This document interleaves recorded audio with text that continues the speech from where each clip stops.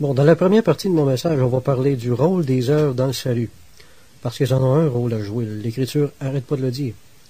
On se souvient de ce que Jean-Baptiste disait aux Juifs. Cessez de dire que vous avez Abraham pour père et produisez du fruit. Si Jean-Baptiste reviendra aujourd'hui, il nous dirait peut-être quelque chose comme arrêtez de dire que vous êtes justifiés, puis posez des gestes qui le prouvent. Bon, il y en a qui vont dire, Romains 3, 28, Paul a dit que l'homme est justifié par la foi sans les œuvres de la loi. Il ne faut pas oublier, par exemple, la Bible dit aussi que les enfants de Dieu vont être jugés selon leurs œuvres environ 42 fois. Puis ça, c'est à part toutes les autres fois où c'est dit indirectement. Là, vous n'êtes pas obligé de me croire sur parole, prenez simplement une concordance, vérifiez vous-même. Il faut comprendre que les œuvres de la loi dont parle Paul ici sont des œuvres que l'homme fait comme pour étaler sa propre justice. Ce ne sont pas des œuvres qui sont faites de bon cœur, par amour pour Dieu ou du prochain. C'est pour ça que Paul dit que cette sorte d'œuvres-là, même si elles sont bien belles à l'extérieur, ne justifient pas l'homme.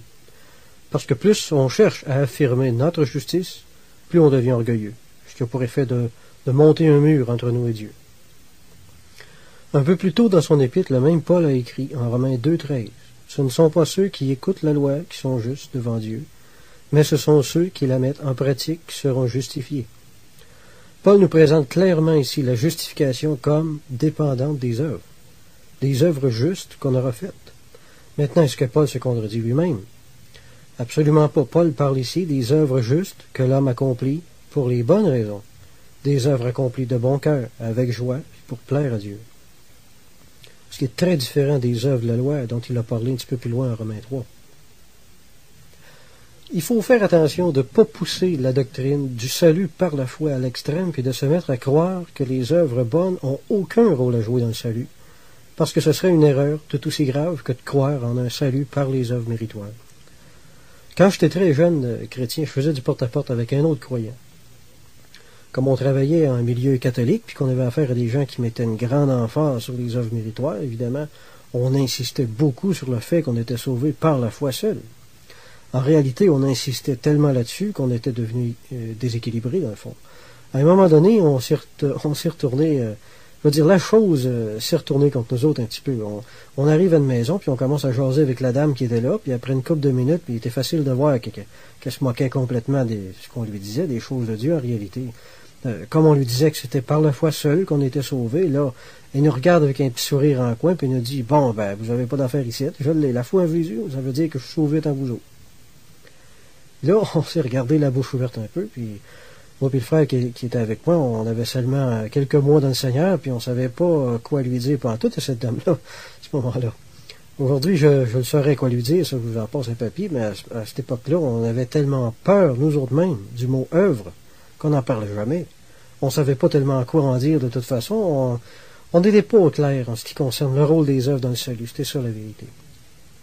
Puis je pense qu'en milieu évangélique, c'est une peur qui est ancrée là, depuis très très longtemps parce que ici au Québec, on a un antécédent catholique autour de nous autres, puis on a des parents puis des arrière-grands-parents spirituels qui étaient profondément protestants. C'était le besoin de l'époque, mais n'empêche que cette racine-là de protestantisme puis d'opposer les doctrines catholiques, c'est ancré en nous autres. Puis une de ces doctrines-là protestantes qui allait très à l'encontre du catholicisme, c'était justement ça. On opposait la doctrine par les œuvres, puis on mettait une grande emphase sur la foi. Ça remonte loin, cette histoire-là. On se souvient que Calvin en a parlé beaucoup de ça. Alors, ça fait du bien à son époque, là, mais je pense qu'on vit à un temps je pense qu'on est rendu à un temps où il faut équilibrer les choses un peu. Maintenant, laissez-moi vous faire remarquer quelque chose dans les versets que je vais lire. Romains 3,20, Paul dit, « Car nul ne sera justifié devant lui par les œuvres de la loi. » Romains 2,13 dit, « Ce ne sont pas ceux qui écoutent la loi qui sont justes devant Dieu, mais ce sont ceux qui la mettent en pratique qui seront justifiés. » Galates 2,16 dit, « Nul chair ne sera justifié par les œuvres de la loi. » Comprenez-vous un petit peu où je veux en venir? Il est surprenant de réaliser qu'à plusieurs endroits, le Nouveau Testament parle de la justification du salut comme quelque chose de futur, plutôt que comme une chose déjà passée, puis déjà classée. On est obligé d'en comprendre que la justification par la foi est conditionnelle aux œuvres justes qu'on s'est engagé à accomplir dans le futur de notre vie. C'est ce que Jean-Baptiste a appelé les œuvres dignes de repentance. Jean-Baptiste n'est pas un catholique. Autrement dit, être sauvé par la foi, ça veut dire être sauvé à crédit, si vous préférez. Je m'explique un petit peu mieux. Quand on a accepté Jésus-Christ, on a aussi pris l'engagement de nous conduire selon une bonne conscience envers Dieu pour le futur de notre vie. 1 Pierre 3,21 nous parle du baptême qui est l'engagement d'une bonne conscience envers Dieu et qui maintenant vous sauve, vous aussi. Quand une personne n'est pas honnête dans son engagement à faire des efforts pour changer de vie, son crédit est plus bon. Il n'est pas bon. Il n'a jamais été probablement non plus. C'est aussi simple que ça. C'est pour ça que l'Écriture parle souvent de la justification au futur. Maintenant, quand Paul parle de la justification au passé, il n'y a pas vraiment de contradiction. Il faut seulement comprendre qu'il parle des croyants qui ont déjà prouvé par leurs actions et par leur bon cœur que leur engagement envers Jésus-Christ était honnête. Il y en a qui pensent qu'être justifié par la foi, ça veut dire plus besoin de rien faire. J'en connais de ça. Vous en connaissez probablement vous-même. Je m'excuse, mais si c'est ça que vous pensez, vous êtes tombé dans une grave erreur. Être sauvé par la foi ne veut pas dire qu'on peut être sauvé à rien faire. Il y en a plusieurs aujourd'hui qui pensent que l'habit de noces dont parlait Jésus dans la parabole représente la foi en Jésus-Christ. Je m'excuse encore, mais c'est pas écrit ça. Ce que la Bible dit, par contre, c'est que l'habit spirituel dont vont s'être revêtus les sauvés représente leurs œuvres, pas seulement leur foi.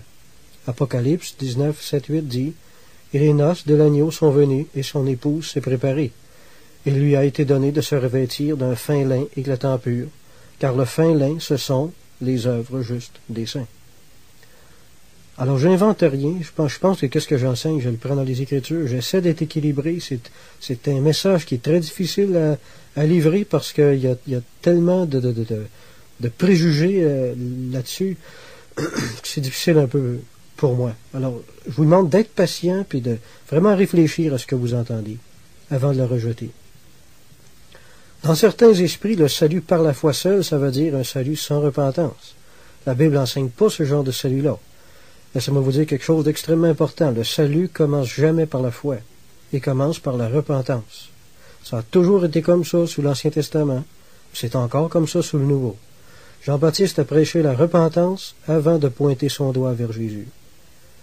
Même Jésus, au début de son ministère, lui-même a dit en Marc 1,15, « Repentez-vous et croyez à la bonne nouvelle. » Repentance d'abord. À la fin de son ministère, il est dit en Luc 24, 47 que la repentance et le pardon des péchés seraient prêchés en son nom. Repentance et foi en deuxième, encore une fois. L'apôtre Paul a dit en Acte 20, 21 que son message était la repentance envers Dieu, d'abord, et la foi en notre Seigneur Jésus-Christ.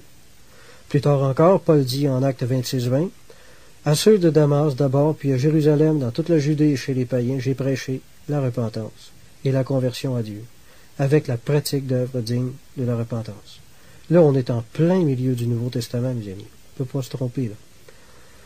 Alors, tout ça pour dire que le salut par la foi seule, là, il faut s'entendre. Encore une fois, quand Paul a parlé du salut par la foi seule, en Romains chapitre 3, il parlait comme ça pour détruire cette tradition fausse qu'il y avait chez les Juifs, qui était de croire qu'observer la loi, la lettre de la loi, procurait du mérite personnel. Paul savait bien que chez beaucoup de Juifs, leur observation de la loi était superficielle, rituelle, le cœur n'était pas là, et qu'ils s'agissaient comme ça, ils agissaient comme ça, que seulement pour se donner une bonne réputation religieuse aux yeux des autres. Paul n'était pas en train d'exclure les œuvres de la repentance dans le salut. L'apôtre Jacques a écrit que la foi sans les œuvres ne sauvait pas. Jean 8, 30, 31 dit, « Comme Jésus parlait ainsi, plusieurs crurent en lui. Et il dit aux Juifs qui avaient cru en lui, « Si vous demeurez dans ma parole, vous êtes vraiment mes disciples. » Alors, ces Juifs-là, ils avaient la foi en Jésus. Mais le malheur, c'est justement ça. Il n'y avait que la foi seule. Ils croyaient en Jésus, mais ils ne se repentaient pas de leurs péchés personnels. Non, la foi seule, dans ce sens-là, ça ne sauve pas. Jésus a dit que sans la repentance, il n'y a pas de salut.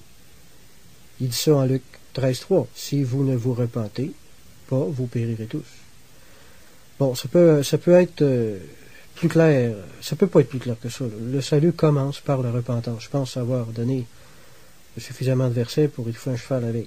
Bon, c'est comme le salut commence par la repentance. Ensuite, on joint la foi en Jésus-Christ dans le but de recevoir son esprit, puis enfin connaître la libération de l'empire du péché. C'est comme ça que ça marche. Malheureusement, de nos jours, on prêche souvent le plan de salut à l'envers. On commence par prêcher la foi en Jésus, alors que les gens n'ont même pas la moindre intention de renoncer à leur péché.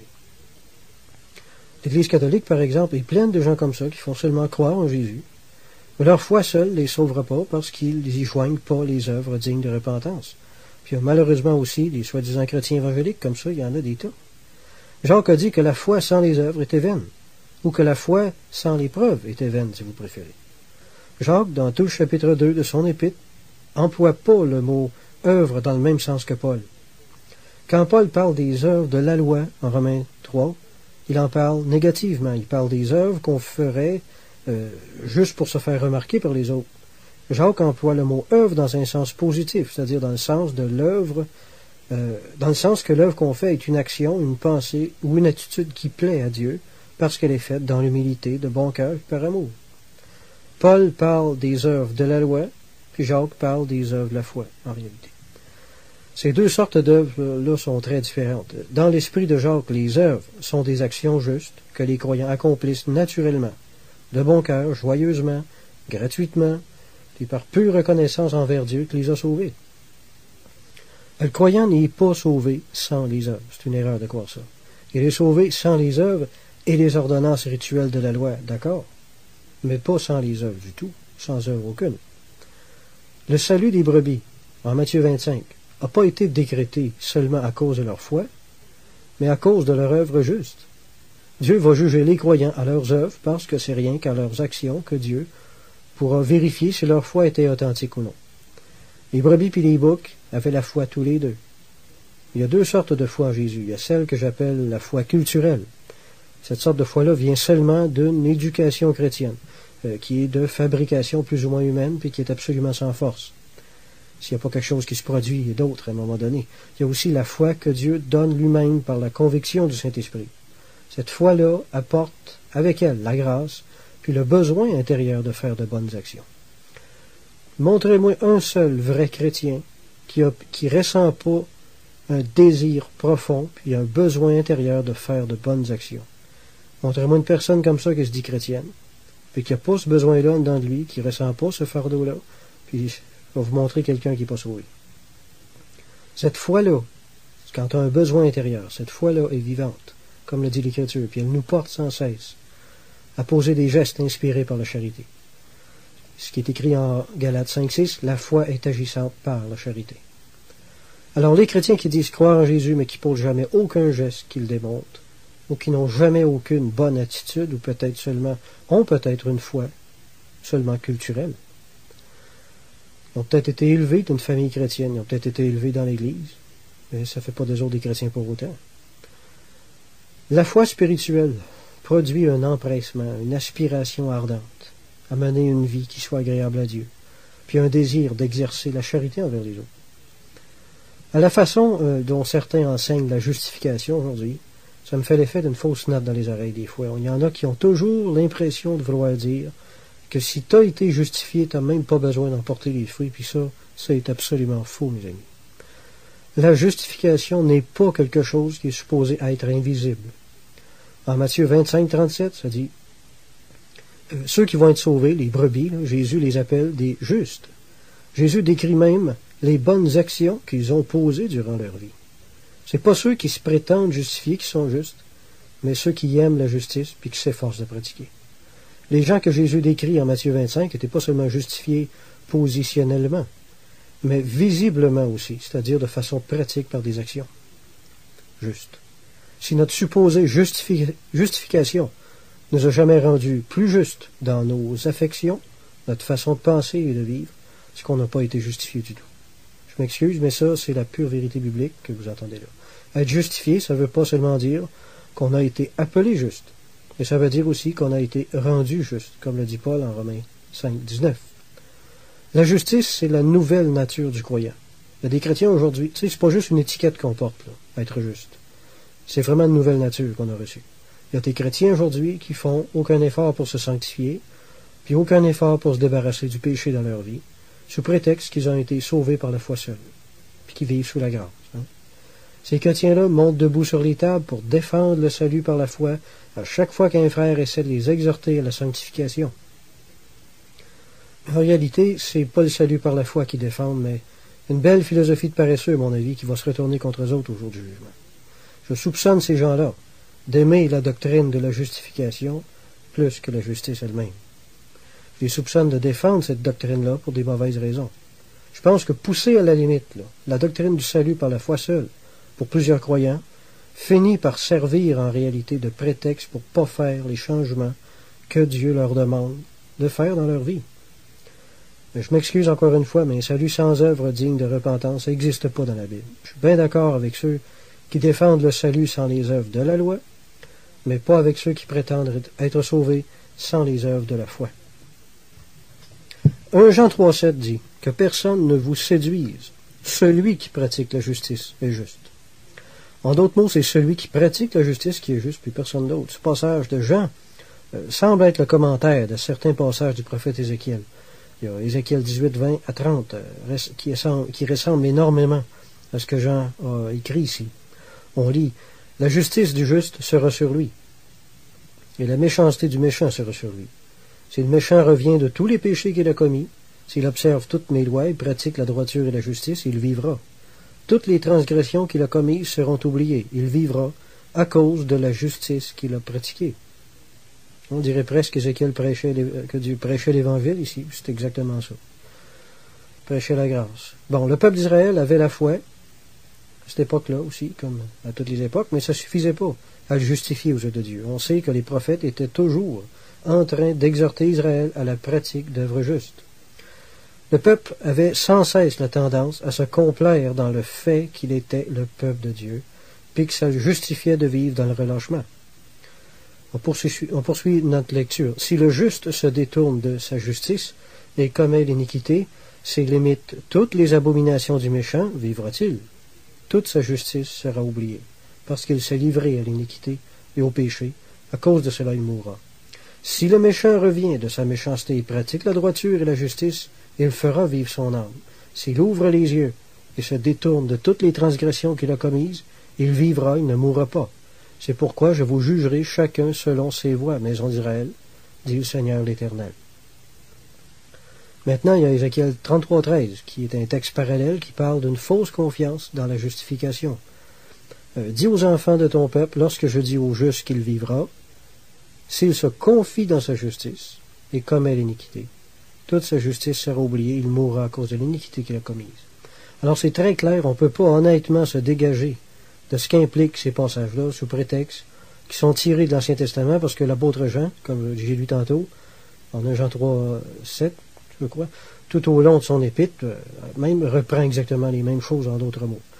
Alors, si on rejette la première partie des textes d'Ézéchiel, où ça parle de la perte de la justification, sous prétexte qu'il se trouve dans l'Ancien Testament, on va devoir rejeter aussi le pardon et la justification du pécheur qui se trouve dans le même passage, dans le fond. Alors, laissez-moi répéter 1 Jean 3,7. Que personne ne vous séduise, celui qui pratique la justice est juste. Se dire sauvé alors qu'on permet à des péchés d'aller et venir dans nos vies, sans les combattre, sous prétexte qu'on est sauvé sans les œuvres, et c'est une moquerie, puis même, je dirais, une injure à l'œuvre de Jésus-Christ. Pourquoi vous pensez que le sacrifice d'Abel a été accepté, puis que celui de Caïn a été refusé? Parce qu'Abel avait la foi, puis que Caïn l'avait pas? Bon, dans un sens, c'est vrai, Abel avait une foi authentique. Son frère n'avait peut-être pas une, mais ce serait faux de croire que Caïn n'avait pas la foi du tout, par exemple, parce que s'il n'avait pas eu la foi du tout, il ne se serait pas badré d'offrir des sacrifices, pensez-vous? Je pense pas. Si le sacrifice de Caïn a été refusé, c'est-tu parce qu'il a offert des fruits de la terre au lieu des moutons? Je pense pas non plus, parce que sous la loi de Moïse, il y avait des sacrifices que les gens faisaient, et qui étaient justement constitués des fruits de la terre.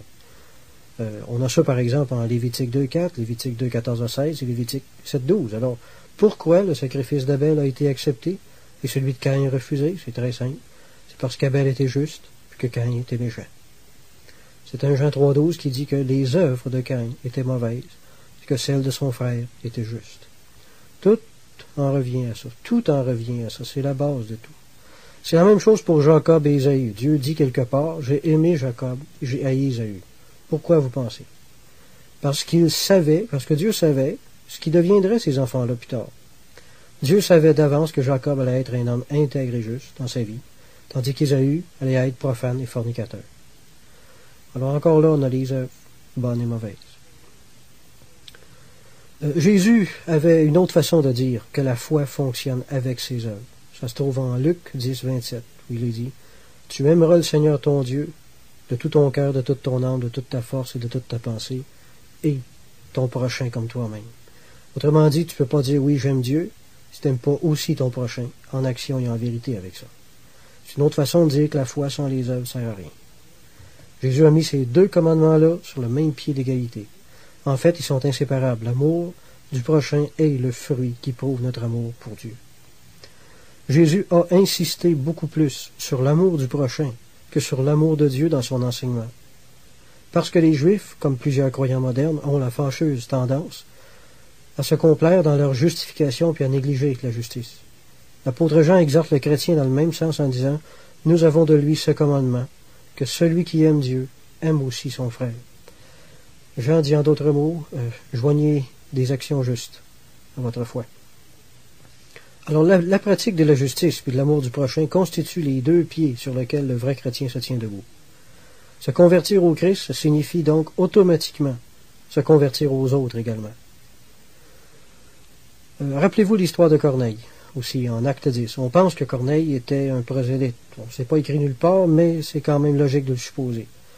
Mais ce qui est très clair en tout cas, c'est que c'est pas sa fidélité aux ordonnances de la loi qui a attiré l'attention et la bénédiction de Dieu sur lui, mais sa piété personnelle, sa générosité à faire des aumônes au peuple, nous dit l'Écriture. Un jour, il y a eu une vision d'un ange qui lui a dit, Acte 10, 4, 5, « Tes prières et tes aumônes sont montées devant Dieu. » Et il s'en est souvenu. Pas d'autre chose. Des œuvres justes sont montées vers Dieu. Dieu a remarqué ces œuvres justes, sa piété. 1 Jean 3, 10 nous dit, « C'est par là que se font reconnaître les enfants de Dieu et les enfants du diable. Quiconque ne pratique pas la justice n'est pas de Dieu. » Alors on voit que les choses étaient très simples à l'époque des apôtres. C'est notre devoir aujourd'hui de revenir à la simplicité de l'Évangile aussi. Forçons continuellement, si on est pasteur ou enseignant, forçons continuellement l'attention de nos gens sur l'essentiel de la foi chrétienne, c'est-à-dire l'amour du prochain et la pratique de la justice, sous toutes ses formes. La doctrine de la foi sans les œuvres de la loi devrait être prêchée seulement aux arrogants religieux qui se croient justes en eux-mêmes. Et pour les humbles croyants qui ont appris de Christ à se confier en Dieu, pour leur justification, pour la grâce, on doit les exhorter à produire de plus en plus de bonnes œuvres. Maintenant, c'est quoi une bonne œuvre? On va s'arrêter pour répondre à ça parce que c'est une question importante. Il est écrit en Psaume 24, 3, 5, « Qui pourra monter à la montagne de l'Éternel? Qui s'élèvera jusqu'à son saint lieu? Celui qui a les mains innocentes et le cœur pur. Celui qui ne livre pas son âme au mensonge. » Il n'y a pas rien que la bouche qui implique le mensonge, il y a l'âme aussi. Et qui ne jure pas pour tromper, il obtiendra la bénédiction de l'Éternel. Bon, ce texte-là nous montre bien qu'on ne sera pas jugé à nos bonnes œuvres extérieures seulement, mais surtout à ce qu'il y avait de bon au fond de notre cœur, derrière cette œuvre-là. En Hébreux 9, en parlant de Jésus, ça dit « Tu as aimé la justice et tu as haï l'iniquité ». Bon, avant de pratiquer des œuvres justes, il faut aimer la justice, sinon ils ne valent rien. Puis avant d'arrêter de commettre l'iniquité, il faut la détester, l'iniquité dans notre cœur. Sinon, on ne l'a pas vraiment abandonné. C'est là que tout commence, puis c'est là que Dieu regarde, le cœur. Être juste, c'est pas seulement poser des actions justes, parce que n'importe quel hypocrite peut en faire autant. Être juste, c'est d'abord et avant tout aimer la justice. Être juste, c'est pas seulement se forcer pour arrêter de commettre l'iniquité, ça aussi, n'importe quel hypocrite peut le faire, mais c'est d'abord une question de haïr l'iniquité. Les motifs intérieurs qui sont derrière nos actions sont plus importants que nos actions elles-mêmes aux yeux de Dieu. Bon, sachant maintenant que pour Dieu, c'est le cœur qui importe avant tout, on sait alors qu'une bonne œuvre, c'est pas seulement une bonne action, mais ça inclut toute bonne attitude, toute bonne pensée, toute bonne affection ou toute bonne intention et les choses semblables. Par exemple, Dieu a refusé à David le privilège de lui bâtir une maison. Vous vous souvenez de ça? Mais il a quand même loué sa bonne intention de le faire. En 1 Roi 8, 18, c'est écrit « Puisque tu as eu l'intention de bâtir une maison à mon nom, tu as bien fait d'avoir eu cette intention. » Dieu le félicite d'avoir bien fait, alors que David n'avait rien fait en réalité encore. Mais aux yeux de Dieu, il l'avait déjà fait, dans son cœur. Alors, quand la Bible dit qu'on va être jugé selon nos œuvres, ça ne veut pas seulement dire que Dieu va regarder si on a fait des choses ou non, mais surtout la façon, la pureté des motifs avec lesquels on va les avoir faites, ou qu'on aura simplement voulu les faire. Ça aussi, ça compte. En ce qui concerne les ministères maintenant, 1 Corinthiens 3,13 dit que le feu éprouvera ce qu'est l'œuvre de chacun. Bon, la seule façon pour Dieu de juger l'œuvre de chacun, c'est de juger le cœur de chacun. À propos de l'éponge avec laquelle le soldat a donné à boire à Jésus, on oublie des fois qu'il s'agissait probablement de l'éponge avec laquelle les soldats se lavaient les mains, puis qu'ils essuyaient leur sueur, puis le sang qui était envolé sur les mains et sur le visage après avoir crucifié les condamnés à mort. C'est une éponge qui était souillée de plusieurs façons. De la même manière, combien de nos soi-disant bonnes œuvres sont souvent souillées par des mauvais motifs. C'est pas l'étendue d'un ministère qui fait qu'on va avoir été agréable à Dieu.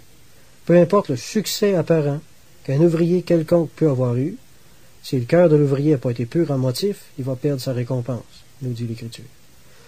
Un ouvrier qui a fait 1 an de ministère en se donnant lui-même pour amour pour les gens, va recevoir une plus grande récompense que celui qui a fait un burn-out pour avoir fait 10 ans de ministère, mais qui l'a fait pour se faire une bonne réputation vis-à-vis ses supérieurs, puis qui a montré de la dureté envers les gens, envers qui il exerçait son ministère.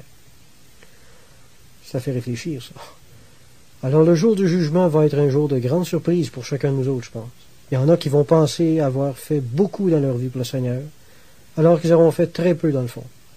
Puis il y en a qui vont penser avoir pas fait grand-chose, mais qui auront fait beaucoup à ses yeux. Les justes, de Matthieu 25, les brebis, avaient l'air vraiment surpris d'être appelés justes, même, par le Seigneur, pour avoir fait de si petits gestes comme donner à boire à quelqu'un un verre d'eau, ou visiter un malade.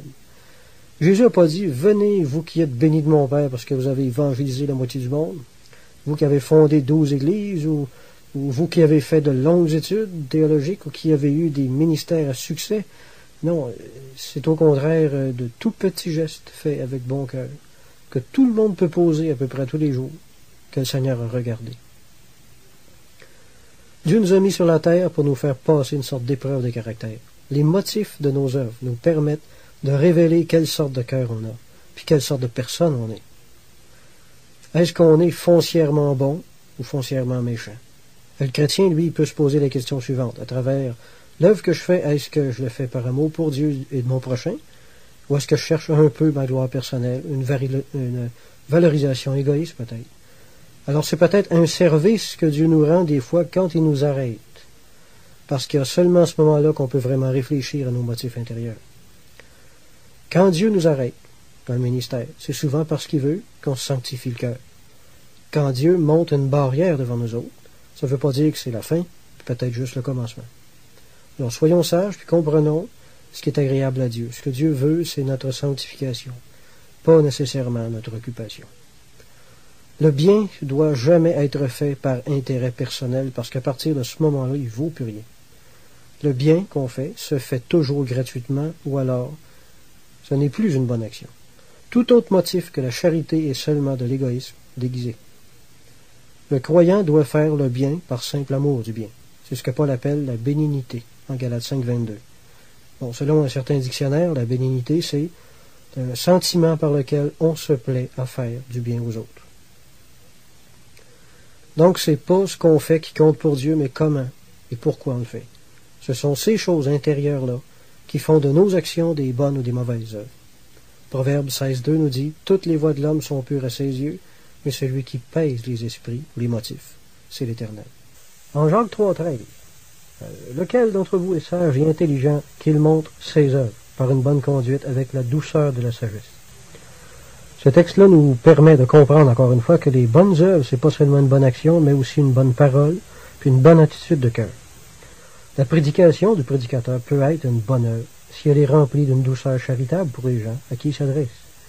Les bonnes exhortations d'un prédicateur peuvent devenir comme une pluie rafraîchissante, puis faire énormément de bien à ceux qui les entendent.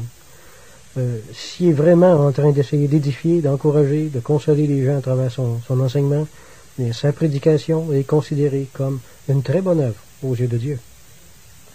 Alors la bonne œuvre, c'est pas encore une fois quelque chose qu'on fait. Des fois, c'est quelque chose qu'on est. La prière peut être ou ne pas être une bonne œuvre aussi. Prier à propos de quelqu'un, c'est rien. Prier pour quelqu'un, ça c'est quelque chose. C'est la sollicitude de notre cœur envers la personne pour laquelle on prie qui fait de notre prière une bonne œuvre. Ou non. En Matthieu 25, 31 à 46, quand Jésus parle du jugement d'Église, encore une fois, les brebis, là, puis les boucs, on voit que les hommes vont être jugés à la sensibilité qu'ils auront ou qu'ils n'auront pas eu devant la souffrance des autres. J'ai été malade, j'étais étranger, en prison, etc. Celui qui soulage l'affligé fait le ministère de Dieu, ou continue ou perpétue le ministère de Jésus-Christ. On est la bouche, les pieds, puis les mains de Dieu sur la terre. Les gens religieux font quelquefois de belles œuvres, mais pas toujours de bonnes œuvres. Une bonne œuvre doit obligatoirement venir d'un cœur bon, d'un cœur qui agit par compassion. À un moment donné, ma mère a dû être hospitalisée pour être opérée pour le foie. Puis elle me racontait comment il y avait un infirmier qui bourrassait un peu la vieille madame dans le lit d'à côté pendant qu'il était en train de la laver. La vieille dame venait de se faire opérer pour je sais pas quoi elle aussi, là, puis ça lui faisait mal, évidemment, de se faire brasser, puis de se faire retourner sur tous les côtés. Elle pleurait, puis elle disait à l'infirmier, ah, pour moi, je pense que je ferais bien mieux d'être morte. L'infirmier lui a répondu, ben, vous avez juste à crever. Tout ça pour dire qu'on peut, comme cet infirmier-là, faire des belles actions à longueur de journée, sans que ça ait aucune valeur devant Dieu. Une bonne action devient une bonne œuvre seulement si elle est faite par amour. On est tous capables de faire le bien, mais il ne s'agit pas juste de le faire. Il faut le faire avec bon cœur. Si on fait une certaine bonne action par obligation ou en reculant notre bonne action, on n'est plus une. Elle est devenue une œuvre de la loi, qu'on fait sans amour et qui est sans valeur. Alors il va falloir prier souvent, je pense, pour ajuster notre attitude intérieure à ce niveau-là. Je voudrais quand même faire une remarque ici. On pense des fois qu'un chrétien, c'est obligé d'être quelqu'un qui a toujours le goût de rendre service. Peu importe ce que tu lui demandes ou à quelle heure tu lui demandes, il va toujours se précipiter avec joie au service de ses frères. Bon, c'est bien beau, mais ce serait bien idéal, là, mais je connais pas personne qui est capable de faire ça. Bon, l'autre jour, il était à peu près 3h30 de l'après-midi. J'avais eu une journée horrible, puis tout avait mal été. Toute la journée, ma plomberie coulait dans la cave. J'avais un tuyau qui coulait à un endroit. Quand j'ai fini de le réparer, ben, le tuyau neuf coulait, que j'avais posé coulait à 3 endroits. Alors, c'est pour vous montrer mon habileté. Ma journée n'était pas tellement bonne. Alors, comme j'étais déjà de bonne humeur, là, à tripoter vers mes tuyaux, puis que je suis en train d'essayer de refaire mes soudures, ben, il y a un frère de l'Assemblée qui m'appelle puis qui me demande si je pouvais aller l'aider à poser du papier sur le toit de sa maison. Qu'est-ce que vous pensez que j'avais envie de lui répondre? Ah oui, ça me fait assez plaisir. Poser du papier sur le toit d'une maison pendant 5 heures de temps, c'est justement ce que j'avais envie de faire aujourd'hui. Ah non, je m'en tirais bien mal si je vous disais ça. Mais je lui ai dit quand même que j'irais l'aider. Mais très honnêtement, je peux dire qu'au départ, j'ai été à reculons, puis les 2 pieds sur le break, comme on dit. Je priais Dieu en m'en allant, de m'aider à surmonter les protestations de ma chair. Puis, il y avait du travail à faire. Il y en avait des protestations. La première demi-heure, là, je l'ai faite à reculons. Je pense que je plantais, chaque clou que je plantais, je pense dans ma tête, je les déplantais. Ben après ça, après une demi-heure à peu près, je commençais lentement à avoir la victoire. Tout en priant pour ça, puis en acceptant l'idée. Puis tout le reste du temps que j'ai travaillé, le reste de la journée, je l'ai fait de bon cœur. En donnant le meilleur rendement possible, puis finalement, à la fin de la journée, ben, j'ai été très heureux d'avoir aidé ce frère-là. Tout ça pour dire qu'une bonne œuvre, c'est pas toujours quelque chose qui est facile à faire. C'est un peu comme la parabole des 2 fils. Hein. Au début, il y en a un des 2 qui n'a pas voulu y aller, il travaillait avec son père, mais plus tard, il s'est repenti, puis il a été. C'est le même. Ben, moi, avant, je pensais que c'était pas normal pour un chrétien d'avoir de la misère en service. Jusqu'à temps que je remarque quelque chose dans Matthieu 5, 41 qui dit « Si quelqu'un te force à faire 1 000, fais-en 2 avec lui. » Te force. Alors, je pense que c'est normal, pendant le premier 1000, de trouver ça forçant. Tant qu'on va vivre dans notre corps, la chair va toujours chercher à imposer sa volonté. Notre devoir de chrétien, c'est de travailler à faire plier la volonté de notre chair à l'esprit de service qui est en nous autres. Alors même si on trouve ça dur de faire une bonne action, pendant le premier 1000, si on le fait quand même, tout en s'efforçant d'ajuster notre attitude tout ce temps-là, c'est ça qui compte. pourvu qu'en fin de compte, on arrive à la victoire. Bon, il y en a qui sont médecins, policiers, psychologues, pompiers. Ces gens-là peuvent se réjouir d'avoir un métier qui leur donne tant d'opportunités de faire du bien dans le monde. Il y a tant de personnes qui sont dépressives parce qu'ils trouvent que leur vie n'a pas de sens, pas de but ou pas d'importance. Mais le but de la vie, c'est pas d'être important ou de servir à un but important. Moi, je dis que même si vous lavez des toilettes pour gagner votre vie, si vous êtes un bon gars ou une bonne fille, si vous rendez service, quand vous avez une occasion, si vous dites des bonnes paroles à quelqu'un qui en a besoin, si vous faites juste caresser seulement votre chien parce qu'il a l'air de s'ennuyer, si vous vous efforcez de retenir votre langue du mal, vous êtes l'un des êtres humains les plus importants qui existent sur la terre aux yeux de Dieu. Votre vie a un sens. C'est Saint François d'Assise, je pense, qui disait « Si j'aide seulement un oisillon à regagner son nid dans ma vie, je n'aurais pas vécu en vain. » Comprenez-vous ce que ça veut dire? Dieu regarde les petits gestes et nous juge à ceux-ci. Donc, passons un petit peu à autre chose. On se souvient que Jean-Baptiste n'a pas seulement dit aux gens de se repentir, mais aussi de produire des fruits dignes de repentance. La vraie repentance implique presque toujours des efforts honnêtes de rachat personnel. Premièrement, il faut distinguer entre la faveur générale de Dieu qui s'étend sur tous les croyants, puis la faveur spéciale que Dieu dépose sur eux quand ils posent une bonne action.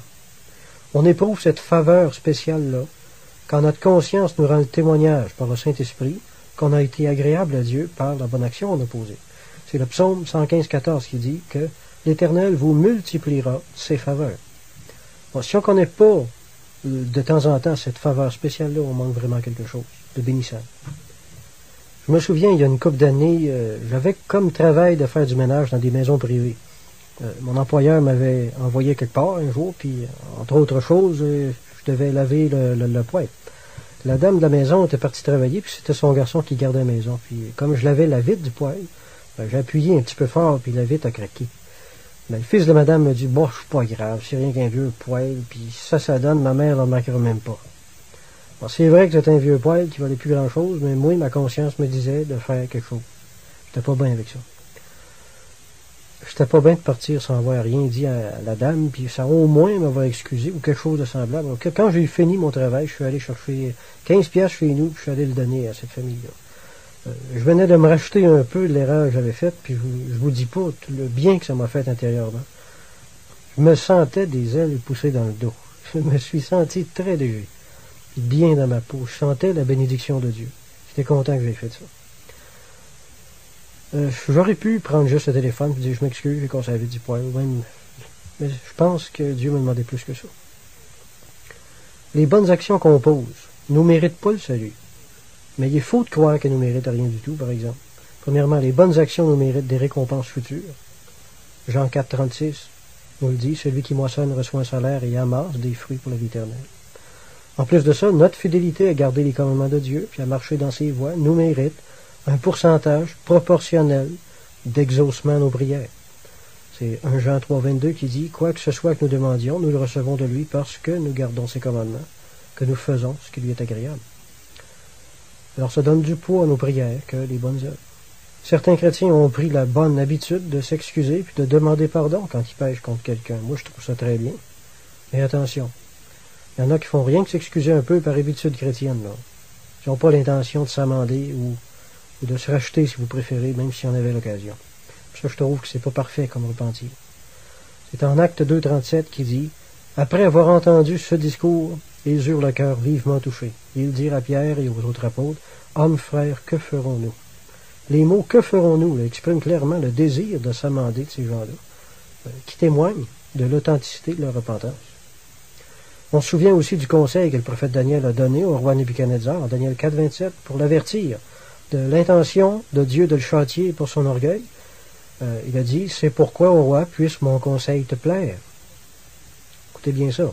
Rachète tes péchés par des bienfaits et tes iniquités par la compassion envers les malheureux. En passant, Daniel ne parlait pas du sentiment de compassion, mais il parlait d'une compassion pratique, je pense, c'est-à-dire d'une aide financière envers les pauvres. Je vais attirer spécialement votre attention sur la première parole, rachète tes péchés.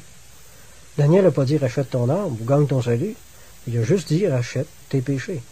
Une vraie repentance va toujours produire le désir de s'amender puis de rechercher, de racheter, je veux dire, les mauvaises actions passées quand c'est possible. Comme dans le cas de Zachée le publicain, qui a volé des tas de gens. On se souvient que quand il a trouvé le salut, il a dit au Seigneur, bon, je donne aux pauvres la moitié de mes biens, puis j'ai fait tort à quelqu'un, j'y en rends 4 fois. 4 fois le montant que j'ai volé. Mais moi, je dis que partout où c'est possible de réparer le mal, ou le tort qu'on a fait à quelqu'un, on devrait le réparer, et pas seulement se contenter de prier pour lui, ou se contenter de s'excuser, ou de demander un petit pardon du bout des lèvres. Par exemple, si vous me prêtez votre couteau après l'art, puis que je casse la lame en l'utilisant, c'est bien clair dans mon cœur que je ne dois pas seulement m'excuser, mais aller vous acheter des lames de rechange, avant d'aller vous le remettre. Comprenez-vous? Puis si je vous ai emprunté de l'argent depuis longtemps, puis que j'aurais pu vous le remettre avant, mais que j'ai préféré aller m'acheter autre chose au lieu d'aller vous payer ma dette, ben c'est bien clair dans mon cœur, en tout cas, que je devrais non seulement m'en repentir de ma négligence, mais racheter ma négligence en vous remettant un peu d'intérêt par-dessus ce que je vous dois. Ou si vous dites quelque chose qui a porté atteinte à ma réputation, d'une façon ou d'une autre, venez pas me demander pardon. Venez pas vous excuser. Moi, je me moque de ça. Ce que je veux, c'est que vous alliez réparer le préjudice que vous m'avez causé devant la personne à qui vous avez parlé. Des excuses puis des salam alek, ça répare rien, vous savez. Moi, je connais un chrétien qui a un petit problème de fierté. C'est quelqu'un qui a très bon cœur, par exemple. Quand on le connaît, on le voit facilement. J'ai remarqué que quand il avait péché contre moi, ou quelqu'un d'autre, dans le passé, d'une façon ou d'une autre, il demandait rarement pardon verbalement. Il trouvait ça très dur. Mais on pouvait facilement voir qu'il regrettait vraiment ce qu'il avait fait, par exemple. En plus de ça, il s'amenait toujours nous voir avec un service à nous rendre. Le type se rachetait. Moi, je trouve ça super. Dieu approuve bien plus ce genre. Le genre de chrétien qui se rachète sans se confesser que ceux qui se confessent sans se racheter. Ça, c'est ma conviction profonde. À quoi ça sert, dites-moi donc, d'insister pour chercher à humilier quelqu'un à nous faire des excuses officielles, là? S'il se rachète, ça en est des excuses, ça. Puis ça en est des bien meilleures, selon moi.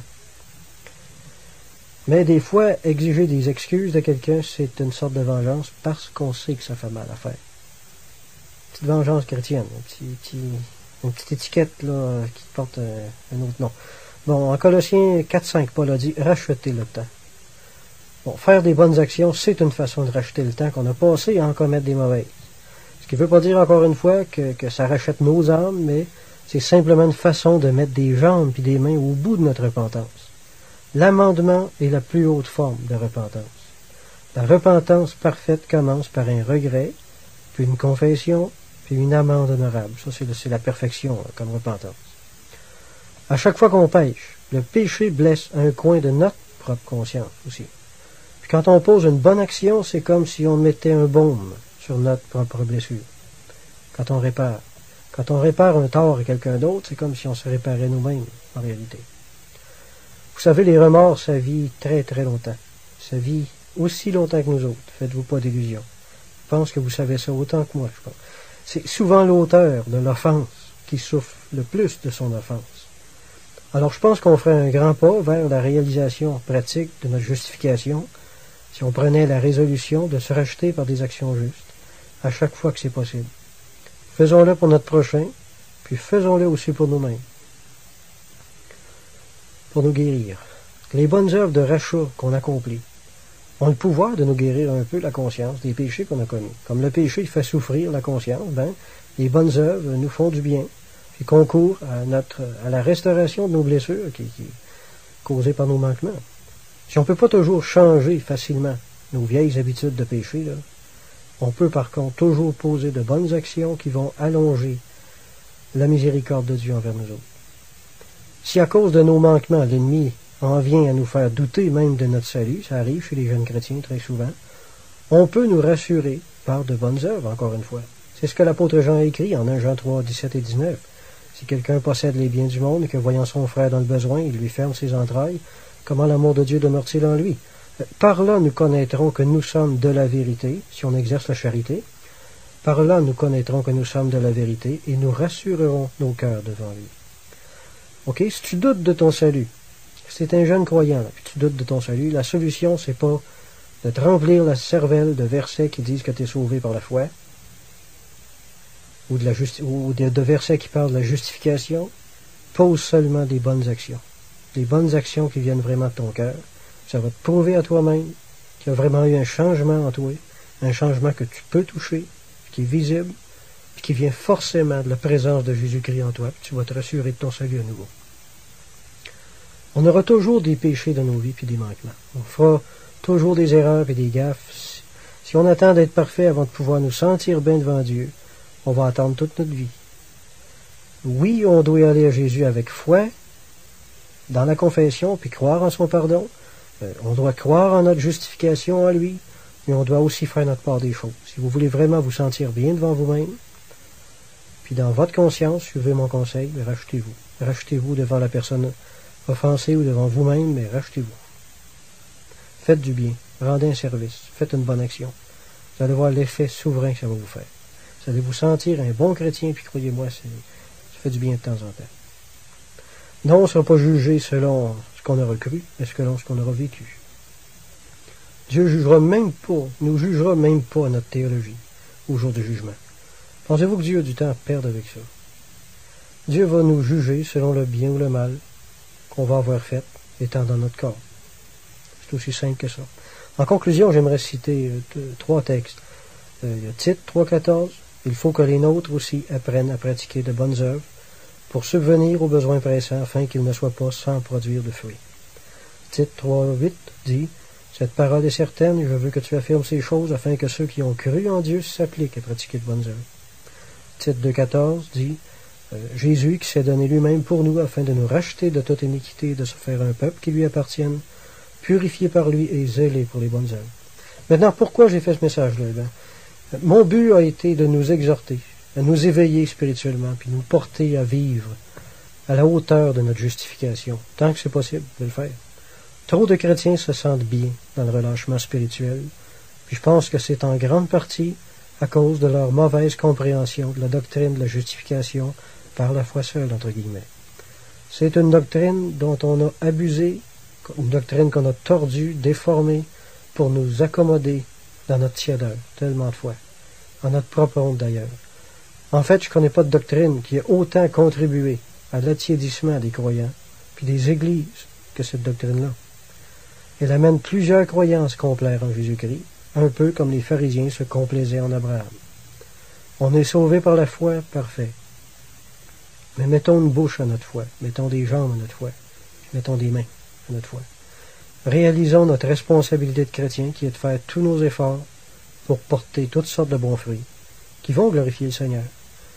Réalisons qu'on n'a pas seulement été appelés à croire en Jésus, mais aussi à lui ressembler, en faisant toutes sortes de biens, dans une bonne attitude surtout. Amen.